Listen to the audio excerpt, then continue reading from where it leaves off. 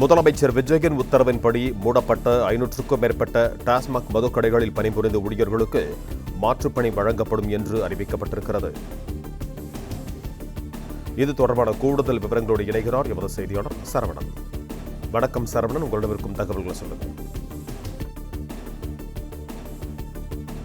பின்னர் கல்வி நிலையங்கள், வழிபாட்டு தலங்களுக்கு அருகில் இருக்கக்கூடிய மதுக்கடைகளை மூட வேண்டும் என்ற உத்தரவு பிறப்பிக்கப்பட்டது. அதன்படி 700 மதுக்கடைகள் கணக்கிடப்பட்டு அதுல ஒரு 500க்கும் மேற்பட்ட மதுக்கடைகள் இதுவரையில் மூடப்பட்டிருக்கிறது. மற்ற கடைகளையும் மூடுவதற்கான பணிகள் நடந்து வருவதாக டாஸ்மாக் நிர்வாகம் தரப்புல தெரிவிக்கப்பட்டிருக்கிறது. இந்த நிலையில மூடப்பட்ட கடைகள்ல பணிபுரியக்கூடிய ஊழியர்களுக்கான மாற்று பணிகளை வழங்க வேண்டும் என்ற கோரிக்கை டாஸ்மாக் ஊழியர்கள் அந்த சங்கத்தின் மூலமாக முன்வைக்கப்பட்டது.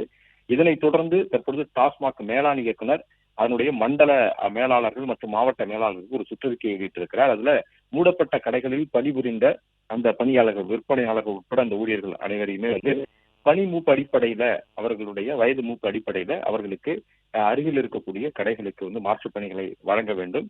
அதிகமாக விற்பனையாளர்களுடைய கடைகளுக்கு கூடுதலாக அங்கிருந்து விற்பனையாளர்களை, ஊழியர்களை நியமிக்க வேண்டும் என்றால் அங்கே இவர்களை அவர்களுக்கு பணி வழங்கலாம். அதே போன்று இந்த மதுபான கிடங்குகள் இருக்கிற டாஸ்மாக் நிர்வாகத்தின் கிடங்குகள், இந்த கிடங்குகளிலும் கூடுதலாக அவர்களை பணியமர்த்தலாம் என்ற உத்தரவு சுற்றறிக்கையின் மூலமாக பிறப்பிக்கப்பட்டிருக்கிறது.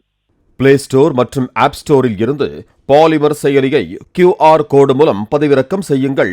செய்திகளை உடனுக்குடன் பெறுங்கள்.